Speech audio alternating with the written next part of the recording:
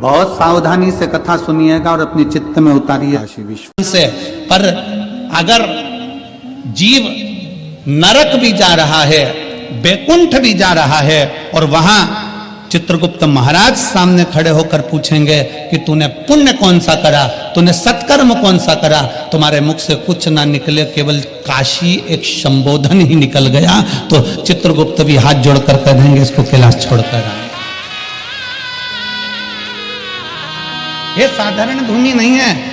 ना जाने कितना तप, कितनी साधना, कितनी आराधना, पूरा ब्रह्मांड, पूरी सृष्टि जल में मग्न हो जाती है। सतयुग आता है, त्रेता आता है, द्वापर आता है, कलयुग आता है, नष्ट हो जाता है, चले जाता है, फिर वापिस सृष्टि रचना प्रारंभ होती है। कितनी बार सृष्टि पानी में डूब गई, कितनी बार सृष्टि जल में मग्न हो गई, कितनी बार सृष्टि समाप्त हो गई, पर पूरी भूमंडल पर केवल एक काशी ऐसी अजर और अमर है जो कभी समाप्त नहीं होती, वो हमेशा की हमेशा रहती है, वो कभी समाप्त नहीं होती, और बड़ी बड़ी पवित्र है, बड़ी पवित्र, बड़ी आनंद है। और इसकी पवित्रता का ध्यान आपको और हमको भी रखना है। इसकी पवित्रता का ध्यान आपको और हमको रखना है। काशी पवित्र है, उसकी पवित्रता आप और हमको बनाकर रखना। गंगा जी का स्नान करने जाओ, मना नहीं है, पर याद रखना कोई गंदगी मत फैलाना। कथा श्रवण करने के लिए बैठे हो, कंकर कंकर में मेरा शंकर है, विश्वनाथ की धरा की एक एक कंकर में मेरा शंकर समाया हुआ है। कहीं ऐसी ऐसी जगह पर कोई गंदगी मत करना। रोज प्रतिदिन कथा सुनने के बाद शाम का समय मिल जाए तो जितना कचरा पड़ा हो उसको एकत्रित करना, कचरे की गाड़ी आएगी उसमें डालकर उसको पहुंचा देना। अपनी भूमि को अपने को स्वच्छ रखना है। कण कण में शंकर है। स्नान करने जाओ तो ध्यान रखो कि गंगा में हम स्नान कर रहे हैं, कोई बेकार वस्त्र वहां न पटक के आ जाए, कोई जूतल चप्पल हम वहां न पटक कर जाए, कोई चीज हम वहां न पटक कर जाए, इसका स्मरण रहे। काशी की पवित्रता का ध्यान आपको और हमको रखना है।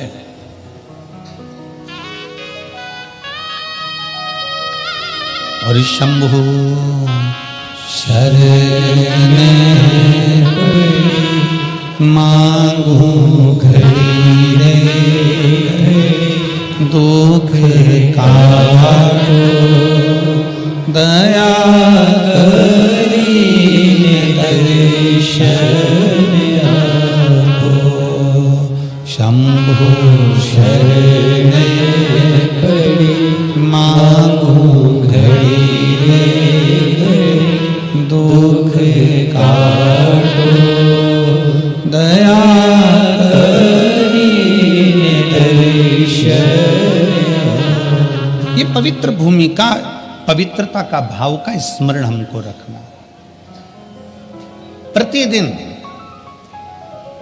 कथा छूटने के बाद में आपका नियम होना चाहिए कि मैं इस पवित्र धरा पर कोई बिस्कुट का पैकेट पड़ा है, कोई छिलका पड़ा है, कोई केले का छिलका पड़ा है, कोई सामान पड़ा है, उसको इकट्ठा कर एक जगह रख दीजिए। पवित्रता का ध्यान रखें। हम बहुत कुछ नहीं कर सकते काशी में आकर।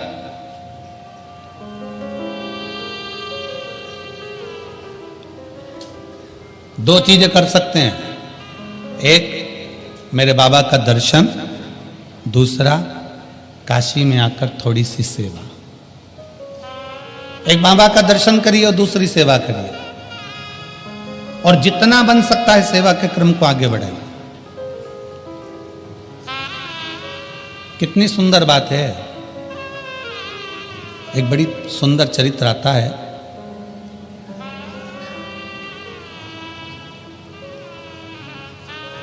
एक पुलोमा असुर है और उसकी एक बेटी है जिसका नाम सची है, जो इंद्रदेव के साथ में ब्याही है। सची असुर है, असुर प्रवृत्ति का है। और पुलोमा की धर्म पत्नी के गर्भ से, पुलोमा की धर्म पत्नी के गर्भ से कोई संतान का सुख नहीं था।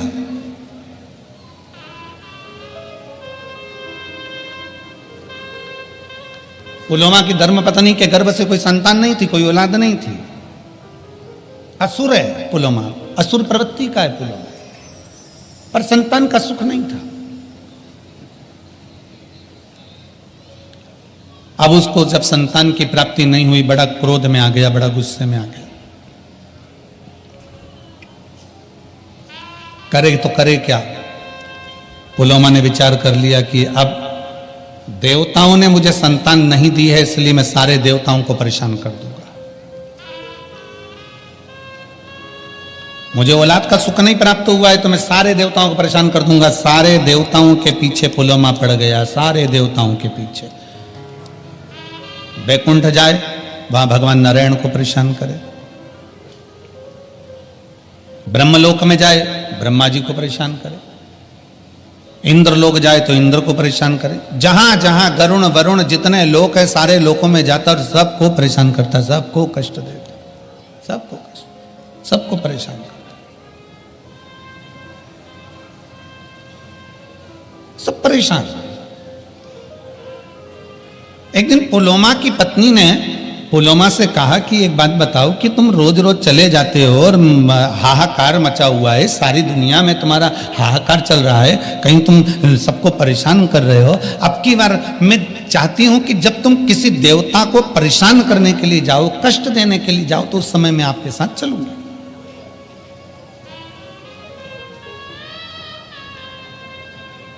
जरा इस पवित्र धरा की पुण्यता देखिए कितनी प्रबल है। अभी आप अगर किसी असुर के रूप में किसी देवताओं को परेशान करने के लिए जा रहे हो तो मैं आपके साथ चलूंगी। पुलोमा की पत्नी पुलोमा के साथ में लग गई और पुलोमा के साथ में चल दी। पुलोमा जब चलते चलते चलते चलते ब्रह्मांड में भ्रमण करते करते करते करते गंगा जी के पवित्र तट पर, इस पावन धरा पर, काशी की भूमि पर से पुलोमा जब निकल कर जा रहा था तो उसकी धर्म पत्नी भी उसके साथ जा रही थी। आज धर्म पत्नी के मन में यह भाव उत्पन्न हुआ कि मैं अपने पति असुर पुलोमा के साथ जा रही हूं तो मेरे देवताओं को यह परेशान करने जा रहे हैं और मैं देवताओं का दर्शन करने जा रही हूं, तो क्यों ना अपने चरण की पादुका को छोड़ दूं।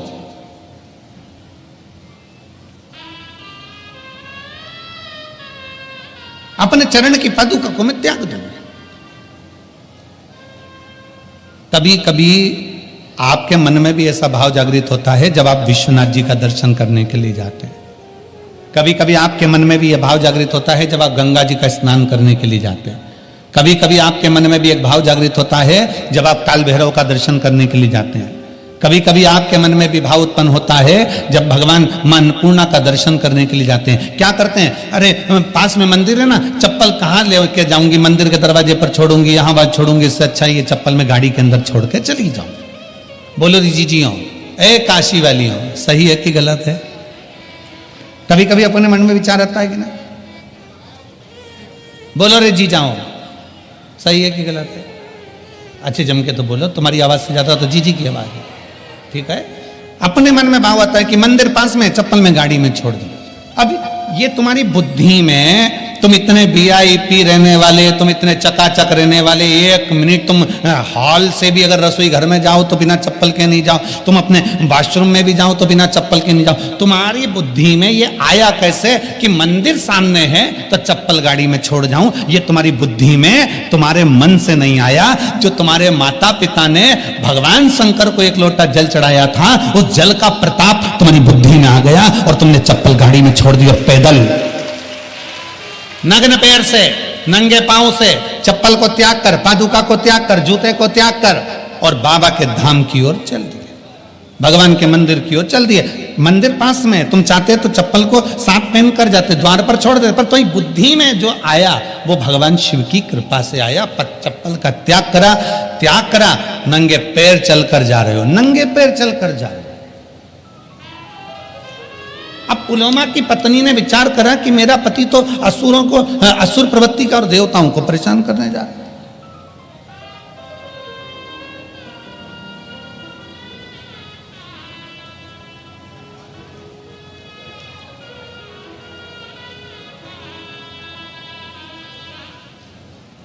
असुर जितने थे ना, इनकी जो धर्म पत्नियां थी ना, अपने पति का युद्ध देखना पसंद करती थी।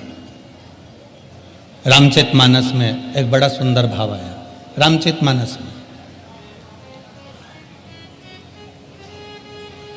रावण मर गया, मंदोदरी रो रही है। रावण मर गया, मंदोदरी रो रही है,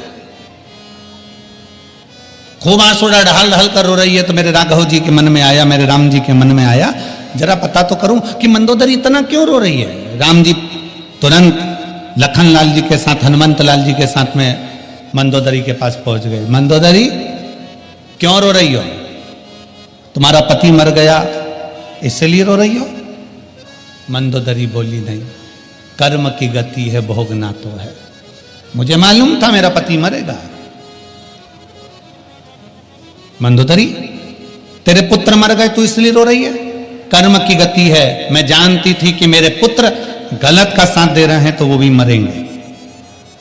मंदोदरी, तेरा देवर कुंभकर्ण मर गया इसलिए रो रही है? नहीं, कर्म की गति है, वो भी भोगना है। तेरा पूरा राक्षस कुल समाप्त हो गया मंदोदरी, तू इसलिए रो रही है? मंदोदरी कहती है नहीं, मेरा रोना इसलिए भी नहीं है। फिर मंदोदरी तू रो क्यों रही है?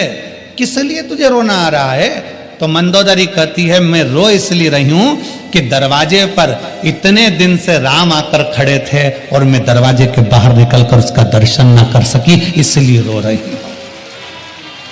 लंका के दरवाजे पर राम खड़े थे और मैं उसका दर्शन ना कर पाई। लंका के दरवाजे पर राम आकर खड़े थे और मैं उनका दर्शन ना कर पाई। तो भगवान राम ने कहा मंदोदरी, ये कोई अच्छी बात थोड़ी ना है कि किसी अच्छे कुल की स्त्री बाहर निकलकर दर्शन करने के लिए बाहर आए। नहीं स्वामी, अगर मैं मेरे पति से कहती कि मुझे युद्ध का दर्शन कराना है तो मेरे पति युद्ध का दर्शन कराते। मैं युद्ध देखने के लिए नहीं आती, केवल आपका दर्शन करने के लिए आती कि मेरे दरवाजे पर राम आए हैं तो उनका आदर कर लूं, सम्मान कर लूं, सत्कार कर लूं, उनका दर्शन कर लूं, उनका दर्शन कर लूं, बस उनको प्रणाम कर लूं। राम जी ने कहा मंदोदरी तुझे युद्ध देखने का इतना शौक है? नहीं, शौक नहीं है, केवल आपके दर्शन का शौक है। ठीक है मंदोदरी, ये दशरथ पुत्र राम आज तुझे वचन देता है, अगर तू युद्ध का दर्शन करना चाहती थी तो मैं तुझे युद्ध का दर्शन कराऊंगा, पर इस जन्म में नहीं मंदोदरी। मेरा जो अगला अवतार होगा कृष्ण अवतार, तब मैं तुझे युद्ध के मैदान में खुद बुलवाऊंगा। तू जब तक मंदोदरी कहती है मैं तो मर जाऊंगी, मेरे प्राण छूट जाएंगे, भगवान कहते तुझे मरने भी ना दूंगा। और आया था समय, आप सभी ने महाभारत का एक सुंदर चरित्र श्रवण करा होगा। भीम ने शब्द कह दिया था द्वारका नाथ के सामने, द्वारकाधीश चिंता करने की जरूरत नहीं है, ऐसे कौरवों की सेना को तो मैं मरोड़ कर छोड़ दूंगा और तोड़कर इनको फेंक दूंगा, इनको तो मैं जीवित नहीं रहने दूंगा। जब भगवान द्वारका नाथ के शब्द सुना तो द्वारकाधीश को लगा कि पांडवों में सबसे ज्यादा अभिमान भीम को अपनी वीरता का है, ये बर्बाद कर देगा, ये समाप्त कर देगा। और भीम को इतना अहंकार आना है तो ये भीम कहीं ना कहीं समाप्ति की ओर लेकर जाएगा। इसलिए भगवान द्वारकानाथ ने कहा भीम युद्ध मार्ग में लड़ना, तुम्हें अपनी वीरता का अहंकार है, हम जानते हैं, तुम जाओ एक काम करो, लंका जाना, वहां से मंदोदरी को लेकर आओ, मंदोदरी को लेकर आना और कहना कि मुझे युद्ध के मैदान में युद्ध का दर्शन कराने के लिए द्वारकानाथ ने बुलाया। मंदोदरी कौन? भीम पूछ रहे हैं। तो भगवान द्वारकानाथ कहते हैं पहले लंका में जाओ, मंदोदरी को लेकर आओ। भीम लंका में गए,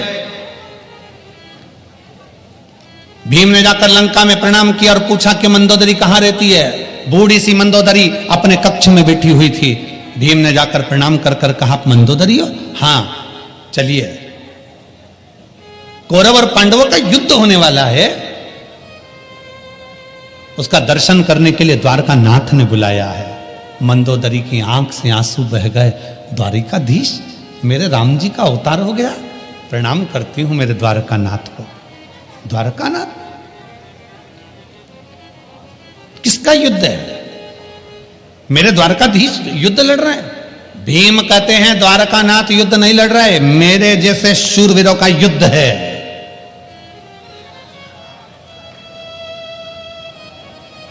जो सुना मंदोदरी ने कहा ठीक है, आप पहले स्नान करो, फिर अपन चलते हैं। भीम स्नान करने के लिए गए, भोजन करने के लिए मंदोदरी ने कहा कि तुम स्नान कर आओ, भोजन की तैयारी है, फिर अपन चलते हैं। भीम स्नान करने के लिए लंका के पीछे गए, तालाब में कूदे, कूदने पर भीम को तालाब में से निकलने में 3 दिन लग गए। जो भीम समुद्र की थाप आकर एक क्षण में बाहर आ जाता था, वो भीम को तालाब में से निकलने में 3 दिन लग गए। 3 दिन बाद भीम जब निकलकर मंदोदरी के पास आए, मंदोदरी ने पूछा, भीम कहाँ रह गए थे? तुम इतनी देर में आ रहे हो, कहाँ रह गए थे? इतना समय लग गया तुमको?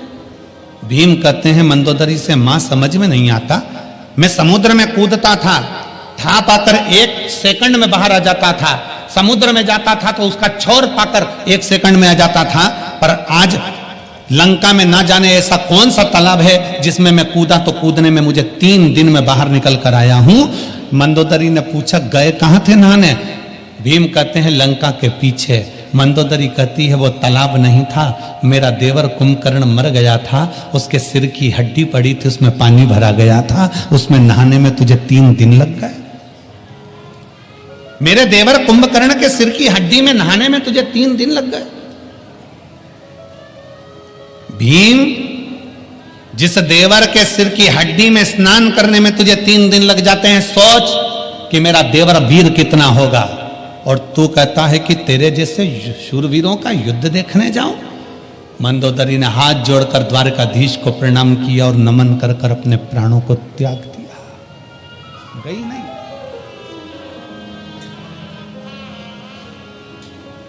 असुर प्रवृत्ति में जन्म लेने वाली कई असुर राजाओं की धर्म पत्नियां भी ये चाहती थी कि भगवान का दर्शन हो जाए। उस समय इसमें एक पुलोमा की धर्म पत्नी थी। पुलोमा का धर्म पत्नी जब भ्रमण करते करते करते करते अपने पति पुलोमा के साथ में इस काशी की पवित्र धरा पर आती है और पुलोमा की पत्नी काशी की पवित्र धरा पर आती है। आते आते पुलोमा की पत्नी ने विचार करा कि अब मैं अपनी पादुका का त्याग कर देती हूँ। ये पादुका का त्याग करना भी मतलब, आप अगर किसी मंदिर में जा रहे हो, देवालय में जा रहे हो, शिवालय में जा रहे हो, कुछ दूरी पर अपनी पादुका, अपनी चप्पल को छोड़ देना भी यह हमारे जीवन की एक कृतार्थता है।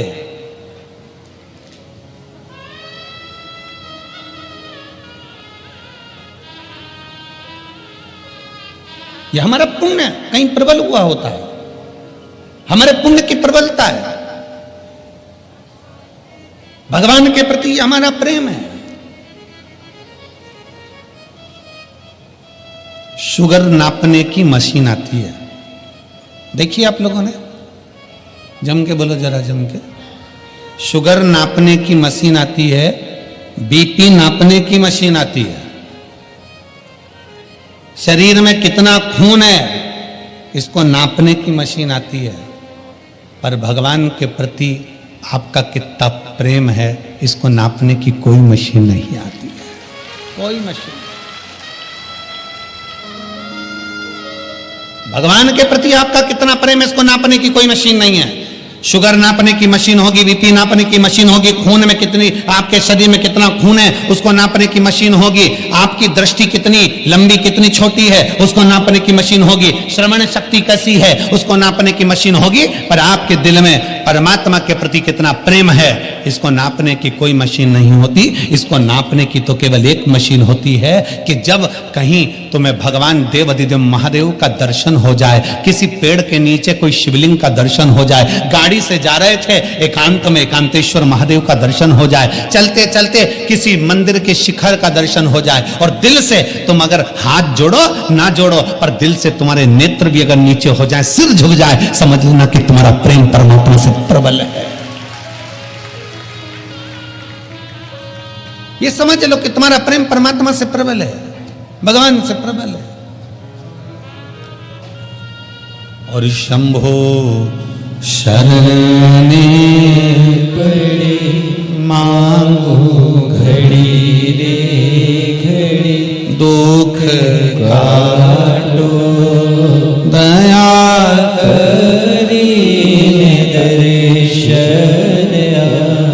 कितना प्रेम है, ये आपकी वात्सल्यता, ये आपकी करुणता। कल कोई कह रहा था गुरुजी पंडाल में बहुत दूर दूर से लोग आकर रुके। हमने कहा दूर वाले नहीं, काशी के लोग भी पंडाल में रुके। स्वयं काशी के लोग भी पंडाल के अंदर महाराज जी रुके हुए हैं। कितने बैठे हो रहे? हाथ उठाओ जरा, ये देखो, ये सब काशी वाले। प्रणाम आपको, दंडवत। काशी के भक्तों ने भी ये विचार कर लिया था, बार बार आएंगे जाएंगे नहीं, जगह चली गई तो इन्होंने विचार करके बैठे ये लोग भी, अपने साथ बोरिया बिस्तर सब बांध के बड़े प्रेम से। अब इनने सोच लिया कि वो प्रयाग राज का महाकुंभ तो अपनी जगह पर है, जो होगा जनवरी फरवरी में, पर इन्होंने सोच लिया काशी का कुंभ भी एक बार देख लें तो ये जीवन का एक आनंद ही हो जाएगा। जीवन का आनंद काशी का कुंभ है।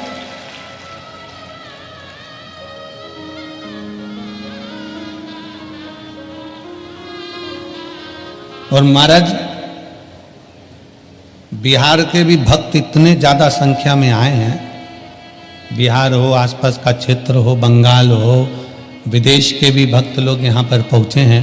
सबको बहुत बहुत साधुवाद है, बहुत साधुवाद। ना जाने कौन सा पुण्य आप लोगों ने करा होगा जो शिव महापुराण की कथा काशी में श्रवण कर रहे हैं।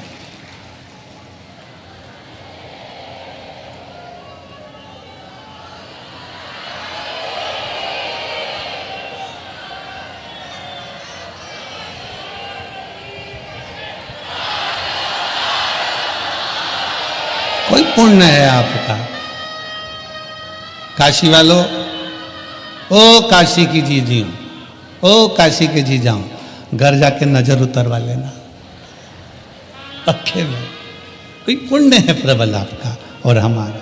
पहुंच गए अपने बाप के घर, अपने पिता के घर, अपने पिता के घर। और जब अब एक बात आप लोगों से कहें, हर कथा में आपको बाबा से कहना पड़ता था, हर कथा में आपको बाबा से कहना पड़ता था कि बाबा हम आपकी कथा सुनने के लिए आए हैं, हमारा ऐसा कार्य करते हैं। यहाँ कहना नहीं पड़ता, बाप बाप होता है, चेहरा देखकर समझ जाता है कि क्या देकर भेजना। बाप बाप होता है, चेहरा देखकर पहचान जाता है कि क्या करना है, क्या करना। इसी काशी में वो जीजी बैठी हुई हैं, पूर्व में कथा कराई थी, निधि दीदी है, हाँ, पूर्व में कथा कराई थी, दीदी बैठे हुए हैं। तो जब गंगा जी के तट पर वो कथा हुई थी तो वहाँ पर एक शाम के समय, रात्रि के समय जब हम निकल कर जा रहे थे ऑटो में तो घूमने के लिए, तो वहाँ एक महिला से बात हुई जो कर्नाटक की रहने वाली थी, बिदर के पास कर्नाटक की रहने वाली थी। तो बुजुर्ग थी बहुत, तो बहुत धीरे धीरे चल रही थी, उसके परिवार वाले उसको हाथ पकड़कर चल रहे थे। हम लिंगायत शिव संप्रदाय के महात्मा जी से मिलकर, गुरुजन से मिलकर आ रहे थे। तो माँ हमको दिखी तो हमने कहा कि माँ आप कितने दिन की आई हुई हो? वो बोली महाराज जी, हम उनकी सुंदर भाषा में उन्होंने अब जवाब दिया, हम 4 दिन हो गए। 4 दिन? मतलब 4 दिन से विश्वनाथ जी का दर्शन कर रही हो? 4 दिन से विश्वनाथ जी का दर्शन कर रही हो? कहा नहीं महाराज जी, बहुत भीड़ है, बहुत भीड़ है। अच्छा, हाँ। फिर महाराज जी 3 दिन तक लगातार मैं बाबा का दर्शन करना चाहिए, पर भीड़ के कारण दर्शन नहीं हुआ। तीसरे दिन आपकी कथा सुनती हूं तो मैंने विश्वनाथ जी से कह दिया, तेरी बेटी आई है, क्या बिना दर्शन के भेज देगा? क्या बिना दर्शन के भेज देगा? 3 दिन गुरुदेव, कथा सुनकर मैं पंडाल से विश्वनाथ जी की गली में पहुंची और बाबा से मैंने कहा, बाबा क्या मुझे बिना दर्शन के भेज देगा? गुरुदेव, एक पुलिस का सिपाही, इस उत्तर प्रदेश पुलिस का कोई सिपाही हेलमेट लगाया था, उसने आते से मुझसे कहा, माँ तुझे दर्शन हो गए कि नहीं हो गए? मैंने कहा नहीं हुए, 3 दिन से दर्शन नहीं हुए।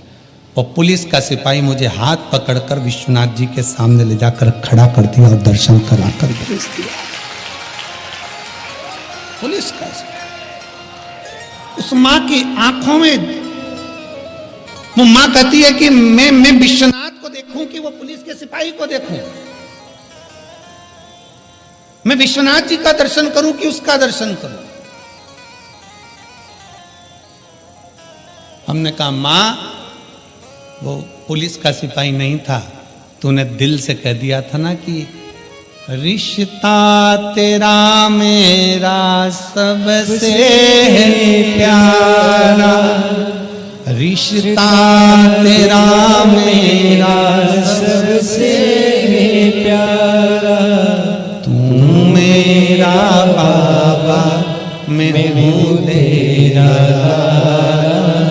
मैं हूँ तेरा, तू मेरा बाबा मैं हूँ तेरा, मैं हूँ तेरा। माँ, तूने दिल से कह दिया था ना कि हमारा रिश्ता है, इसलिए वो पुलिस वाला नहीं था, वो तो विश्वनाथ ड्रेस पहनकर बाहर आकर लेकर अंदर चले गया। वो शिव है,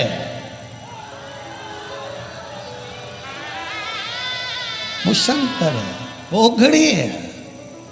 उसको पहचानना बड़ा कठिन है। कैसे आएगा, कब आएगा, कहां आएगा? हम कहते हैं 7 दिन की शिव पुराण में भगवान शंकर का एक ना एक दिन दर्शन होता है। विश्वनाथ की धरा पर कथा सुनने वालों कान खोल कर सुन लेना, यहां रोज दर्शन होगा। रोज बाबा आएगा, नाव पार कर कर आएगा, उधर से इधर आएगा और आकर तुम्हारे भीतर आकर तुम्हारे बीच में आकर जाएगा, वहां से यहां आएगा।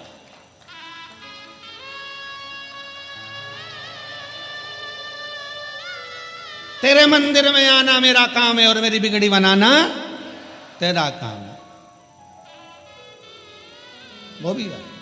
तैयारी रखना, किस रूप में आएगा, कैसे आएगा, कब आएगा, आपको भी मालूम नहीं पड़ेगा। आपको भी।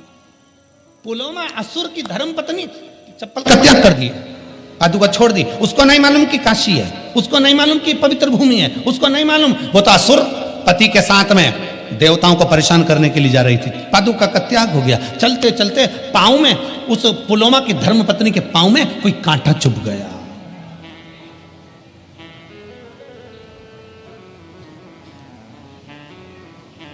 पुलोमा की धर्म पत्नी के पांव में कांटा चुभ गया। उसको ज्ञात नहीं है कि यह काशी है। काशी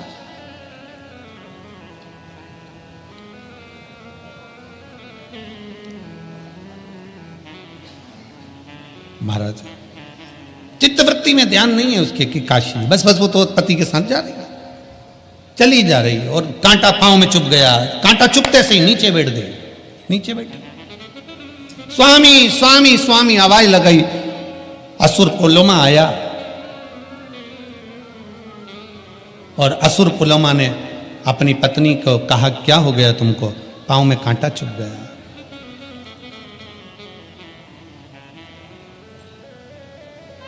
पति ने कांटा निकलवाया, पत्नी का पांव का कांटा निकल कर फेंका। पत्नी पुलोमा की धर्म पत्नी ने विचार कर लिया, मैं यहां से निकल कर जा रही हूं, मेरे पांव में कांटा चुभ गया, कोई निकल कर जाता होगा, उसके पांव में कितने कांटे चुभते होंगे। मैंने तो पादुका का अभी त्याग करा है, मैंने अपनी चप्पल का भी त्याग करा है, मेरे पांव में कांटा चुभा तो कितने के पांव में कांटा चुभा होगा, कितने के पांव। पुलोमा आगे आगे चलता है। पुलोमा की पत्नी, काशी की धरा उसको नहीं मालूम कि ये काशी है। वो बस कांटों को बीनती बीनती उन कांटों को अपनी झोलियों में भरती जाती और एक जगह ले जाकर छोड़ती जाती, भरती जाती, एक जगह ले जाकर छोड़ती जाती, भरती जाती, एक जगह ले जाकर छोड़ती जाती। उसको क्या मालूम था कि काशी की धरा पे से कांटे भी चुनकर फेंक दिए तो तेरी झोली कैसे खाली रह सकती है। और पुलोमा की संतान नहीं थी, पर वो कांटे भी चुनकर फेंके तो पुलोमा की धर्म पत्नी का गर्भ ठहर गया। पुलोमा प्रसन्न हो गया कि आज मेरी पत्नी का गर्भ ठहर गया। जिस पत्नी के गर्भ के लिए तो मैं देवताओं को परेशान करता हूं, जिस पत्नी के गर्भ के लिए मैं देवताओं को कष्ट देता हूं, कि देवताओं ने मेरे भाग्य में, मेरी पत्नी के भाग्य में औलाद नहीं लिखी, मेरे पत्नी के भाग्य में संतान का सुख नहीं लिखा। एक पत्र है,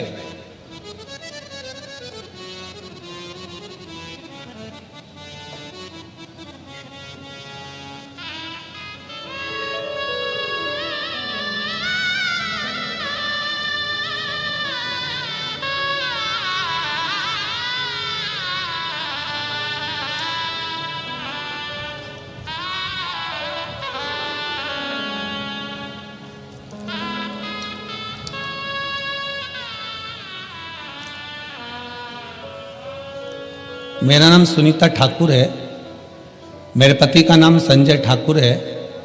मैं धनबाद झारखंड की निवासी हूँ। कहीं बैठी हो तो हाथ हिला सकती हैं। आ जाइए, एक बेलपत्र ले जाइए। आ जाइए, आ जाओ। मेरा नाम सुनीता ठाकुर है, मेरे पति का नाम संजय ठाकुर है। एक बार वापिस हाथ हिलाओ, वापिस हाथ हिलाइए एक बार। हाँ ठीक है, दिख गया। आ जाइए, आ जाइए। मैं धनबाद झारखंड की निवासी हूँ। मेरा मोबाइल नंबर ये है। पत्र को आप लोग एलईडी पर चल रहा है ना, एलईडी पर पत्र को पढ़ सकते हो और आस्था चैनल पर पत्र को पढ़ सकते हो। मेरा नाम सुनीता ठाकुर है, मेरे पति का नाम संजय ठाकुर है। मैं धनबाद झारखंड की निवासी हूँ। मेरा मोबाइल नंबर ये है। एक लोटे जल का और बेलपत्र का क्या वर्णन करूं गुरुदेव। 26 जनवरी 2023 को मेरे सीने में गठान हुआ तो मैंने डॉक्टर को दिखाने पर पता चला कि मुझे 4th स्टेज का कैंसर हुआ। 4th स्टेज का कैंसर हुआ है। मैंने बनारस के महामना कैंसर हॉस्पिटल में गई। वहां के डॉक्टरों ने इलाज करने से मना कर दिया। वहां के डॉक्टरों ने इलाज करने से मना कर दिया और बोला कि ये 6 महीने की जिंदगी है, इसको ले जाओ। इसका शरीर 4th स्टेज के कैंसर पर काम नहीं कर सकता, दवाई भी असर नहीं करेगी, इसको ले जाओ। मैं महामना कैंसर हॉस्पिटल बनारस गई। वहां पर मैंने इलाज करवाया तो डॉक्टर ने कह दिया 6 महीने से ज़्यादा ये जिंदा नहीं रह सकता, इसका शरीर नहीं है इतना, इसको बीमारी 4th स्टेज पर पहुंच चुकी है। सुनकर मेरा पूरा परिवार टूट चुका था, लेकिन मुझे बाबा का बड़ा विश्वास था। हिम्मत करिए। आप कहते हो दुनिया में ऐसा कोई मनुष्य नहीं जिसके सिर पर समस्या नहीं और ऐसी कोई समस्या नहीं जिसका हल एक लोटा जल नहीं है। सारी समस्या का हल एक लोटा जल। आधे से ज्यादा लोग डिप्रेशन में पहुंच गए एक लोटे के चक्कर में कि आखिर ये एक लोटा में है क्या, एक लोटा जल में है क्या। शंकर जी पे चढ़ाया गया एक लोटा जल ऐसा क्या करता है। श्री शिवाय नमस्तुभ्यम बोलने से इतना बल कैसे मिल जाता है। एक बेलपत्री खा लेने से इतना बल कैसे मिल जाता है। एक रुद्राक्ष का जल पी लेने से ऐसा बल कैसे मिल जाता है। तब मैंने हिम्मत नहीं आ रही और बाबा का भरोसा रखा। शिव पर चढ़ाया एक लोटा जल, शंकर जी को चढ़ाना प्रारंभ करा। सीहोर गई, वहां से बाबा का एक रुद्राक्ष लेकर आ गई और बाबा का सीहोर से एक रुद्राक्ष लेकर आ गई। तांबे के लोटे में गलाती जल बाबा को चढ़ाकर पीना शुरू कर दिया। मैं बाबा को आज धन्यवाद देने के लिए आई हूं। दूसरी बार फिर मेरे बच्चे मुझे इलाज के लिए कैंसर हॉस्पिटल लेकर गए तो डॉक्टरों ने कह दिया कि इसको कैंसर नहीं है, अब ये पूर्ण तरह से ठीक है। ये शिव तत्व, ये शिव है। और तेरी कृपा बिना ना हिले एक भी अणु लेते श्वास तेरी कृपा से तनो। एक लाइन अच्छी लिखी है, आप पर हम गुनगुनाते हैं। रिश्ता तेरा मेरा सबसे प्यारा, रिश्ता तेरा मेरा सबसे प्यारा। तू मेरा बाबा, मैं हूँ तेरा लाला, मैं हूँ तेरा लाला।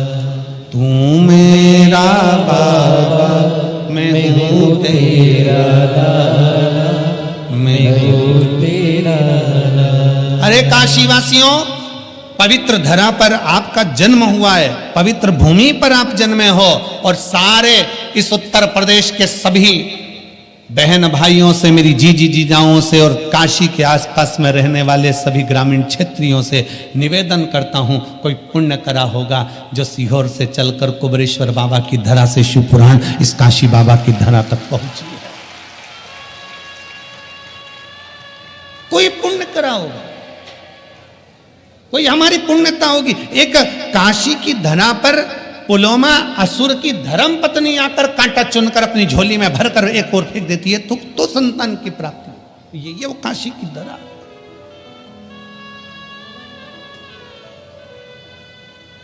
ये वो काशी की पुण्य भूमि है।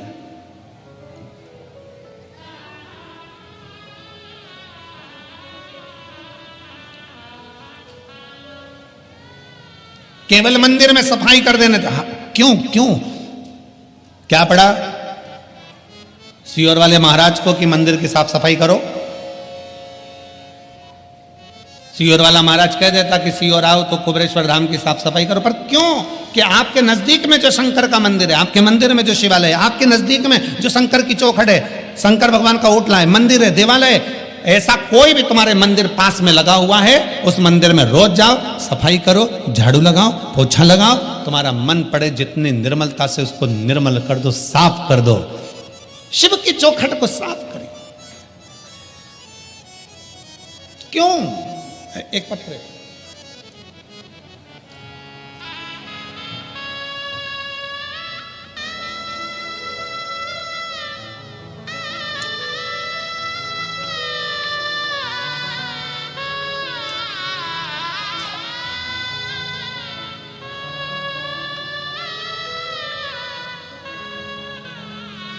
मेरा नाम कीर्ति मिश्रा है, मैं जिला बलिया उत्तर प्रदेश की निवासी हूँ। कहीं बैठी हैं तो हाथ हिला सकती हैं।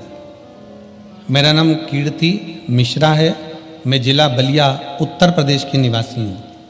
कहीं बैठी हो तो हाथ हिला सकती हैं। कीर्ति मिश्रा बलिया उत्तर प्रदेश से हैं। अगर कहीं बैठी हो तो हाथ हिला सकती हैं, और अगर बैठी हो तो एक बेलपत्र लेने के लिए आ सकती हैं।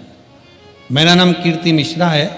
पत्र को आप लोग आस्था चैनल पर पढ़ सकते हैं। जिला बलिया उत्तर प्रदेश की निवासी हूँ। स्नातक पास करने के बाद से ही मैं सरकारी परीक्षा की तैयारी में लग गई, परंतु सफलता हाथ नहीं लग रही थी।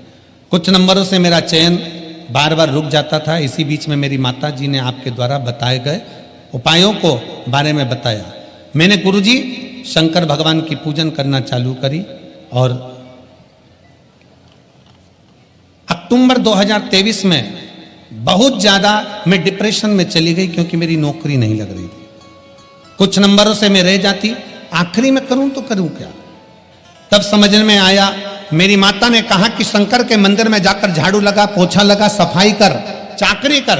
शिव मंदिर में जाती, झाड़ू पोछा लगा देती, शंकर की आराधना कर देती, डिप्रेशन से हट गई।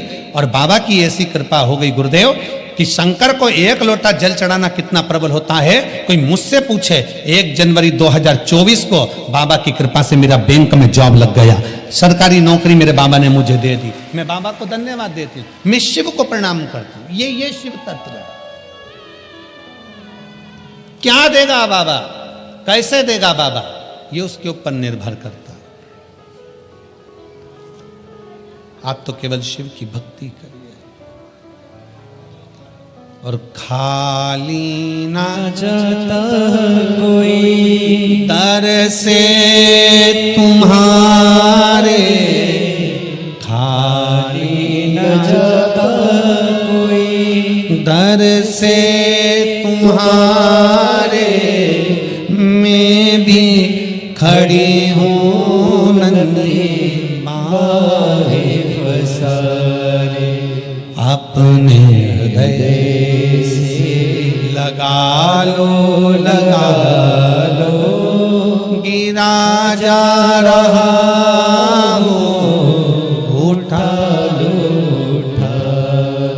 भोले अपने डर से अब तो ना टालो, गिरी जा रही हूँ, उठा लो। उसके ऊपर विश्वास करा जाए, भरोसा, और वो विश्वास लेकर अगर आए हो तो पूर्ण भी वही करने वाला। रामचरितमानस में सबसे पहले तुलसी बाबा ने कर दिया, शंकर विश्वास रूपिणो। शिव विश्वास है, और जिसने भरोसा कर लिया शंकर उसका हो गया। जिसने शिव विश्वास,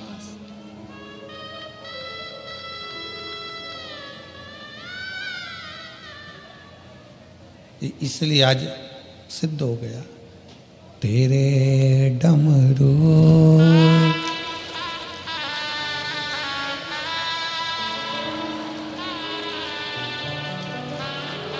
उसी के डमरू की धुन से पहुंचे।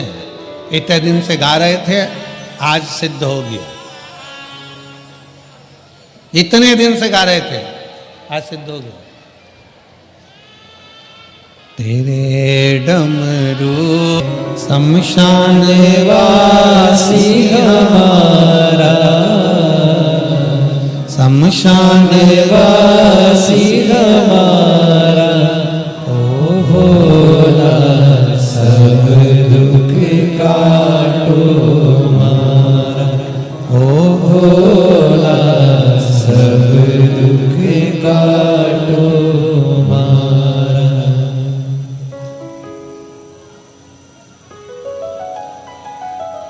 भगवान देवाधिदेव महादेव शिव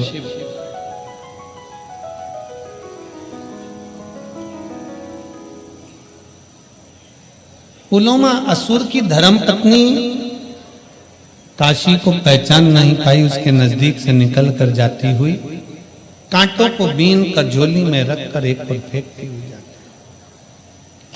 शिव कृपा किसको कहते हैं? बाबा की करुणा किसको कहते हैं? बाबा की उदारता किसको कहते हैं? बाबा की दया किसको कहते हैं? बाबा ने, उसने तो कांटे बीने थे। किसके किसके कांटे? उसको लगा कि यहां से निकल कर जाऊंगी, उसको लगा यहां से जब निकल कर मैं जाऊंगी, जैसे मेरे पांव में कांटे चुभ रहे हैं, ऐसे और भी शिव भक्त निकल कर जाएंगे, उनके पांव में कांटे चुभेंगे। ना जाने कोई भक्त जाए और उसके पांव में कांटे चुभे तो उसने सारे कांटे बीन कर एक और पटक दिए। और शिव की कृपा क्या हुई? उसके दरवाजे पर करी गई साफ सफाई, उसके दरवाजे पर करी गई झाड़ू पोछा। और पहले भी कथा में कहा, मेरे बाबा तेरी नौकरी सबसे बढ़िया है, सबसे खरी। भोले बाबा तेरी नौकरी बढ़िया है, सबसे खरी। जब से तेरा गुलाम हो गया, तब से मेरा भी नाम हो गया। जब से तेरा गुलाम हो गया, तब से मेरा भी नाम हो गया। वरना औकात क्या थी मेरी, वरना औकात क्या थी मेरी। सबसे बढ़िया है सबसे खरी। भोले बाबा तेरी नौकरी सबसे बढ़िया है, सबसे खरी। बड़े से बड़ी बीमारी भी आ जाए, बहुत तकलीफ भी हो जाए, बहुत कष्ट की जिंदगी चल रही हो, बहुत दुख का जीवन चल रहा है, तुम्हारे नजदीक में जो शिवालय हो, शंकर का मंदिर हो, शिव जी का ओटला हो, शंकर भगवान का शिवलिंग हो, उसके मंदिर में जाकर उसके मंदिर की चौखट को साफ करना प्रारंभ कर दो, झाड़ू लगाना प्रारंभ कर दो, एक लोटा जल चढ़ाना प्रारंभ कर दो, तुम्हारे भी दुख समाप्त होना प्रारंभ। जाना तुमको पड़ेगा। हमने पहले भी कथा में कहा, सिर तुम्हारा दुखा है तो दवाई तुम्हें खाना है।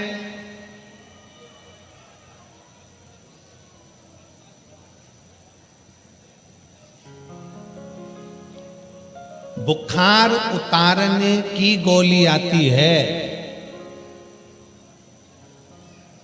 बीपी उतारने की गोली आती है, शुगर उतारने की गोली आती है, पर अहंकार को उतारने की गोली नहीं आती।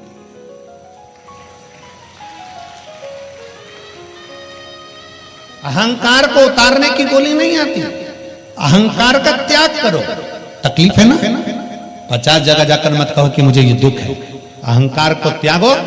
दुनिया के लोग कहेंगे कहां इतना पढ़ा लिखा व्यक्ति, इतना पढ़ा लिखा व्यक्ति मंदिर जा रहा है, इतना पढ़ा लिखा व्यक्ति शिव मंदिर जा रहा है, जल चढ़ाने जा रहा है। हंसे हंसे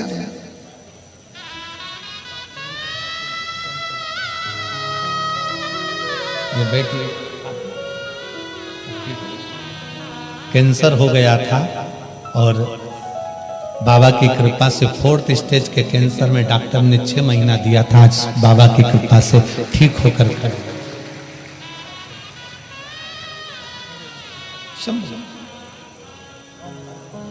शिव तत्व की प्राप्ति,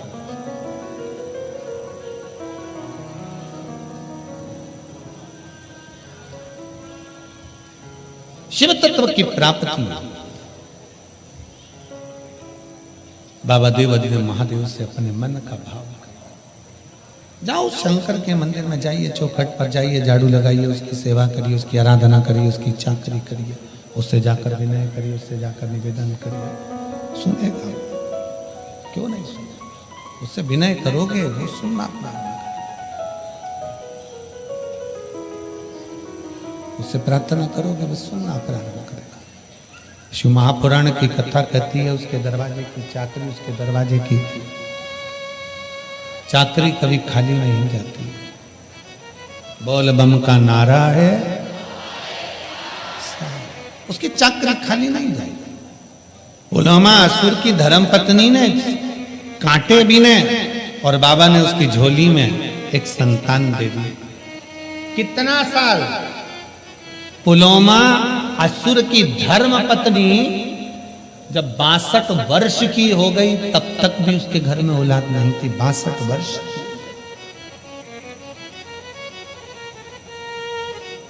और भगवान जब कृपा करता है, भोले बाबा जब करुणा करते हैं, शिव जब कृपा करता है तो साधारण कृपा नहीं करता। शंकर जब करुणा करता है साधारण करुणा नहीं करता। दे दी झोली में एक संतान। एक बेटी का जन्म हुआ जिसका नाम सची रखा। सची, उसका मन कहीं नहीं लगता। जिस मार्ग से माता निकल कर गई थी और कांटे चुने थे वही काशी की पवित्र भूमि पर सची देवी ने आराधना करना प्रारंभ करा, शिव जी की पूजन करना प्रारंभ करा। अब क्या हो गया कि पुलोमा असुर की लड़की और भगवान की भक्ति, एक असुर की बेटी और भगवान की भक्ति, एक असुर की बेटी और भगवान की आराधना। फिर निवेदन है, शिव महापुराण के माध्यम से आपको पहले भी कहा था, आज फिर कहते हैं, शंकर भगवान का कोई दुश्मन नहीं है, शंकर भगवान का कोई विरोधी नहीं है, शंकर भगवान का कोई दुश्मन नहीं, कोई विरोधी नहीं। देवता जितना भजन करते हैं उतना असुर भजन करते हैं, किन्नर जितना भजन करते हैं उतना गंधर्व करते हैं। शंकर भगवान का जितना ब्राह्मण भजन करता है उतना ही शूद्र करता है।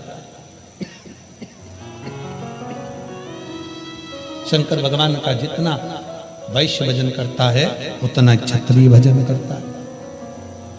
शिव का कोई दुश्मन नहीं है, शंकर का कोई दुश्मन नहीं, शंकर भगवान का कोई द्रोही नहीं है, शिव का कोई दुश्मन। और रहो संसार सागर में, संसार सागर में रहिए। शिव महापुराण की कथा कहती है, अनाज में से कंकर और जीवन में से संकट। जम के बोलो क्या क्या? आवाज आना चाहिए यहां तक। अनाज में से कंकर और जीवन में से संकट कोई दूसरा नहीं निकाल सकता, अपने को खुद को निकालना है। कोई दूसरा नहीं निकालेगा। अनाज में अगर कंकर आ गया, भोजन कर रहे थे, पकवान बन गया था, मुंह में चले गया खीर, मुंह में चली गई सब्जी और उसमें कंकर आ गया, कोई दूसरा निकालेगा? जम के बोलो जरा, कोई निकालेगा नहीं। अनाज में से कंकर और जीवन में से संकट। सबका अपना अपना दुख है, सबकी अपनी अपनी तकलीफें हैं, कोई दूसरा दुख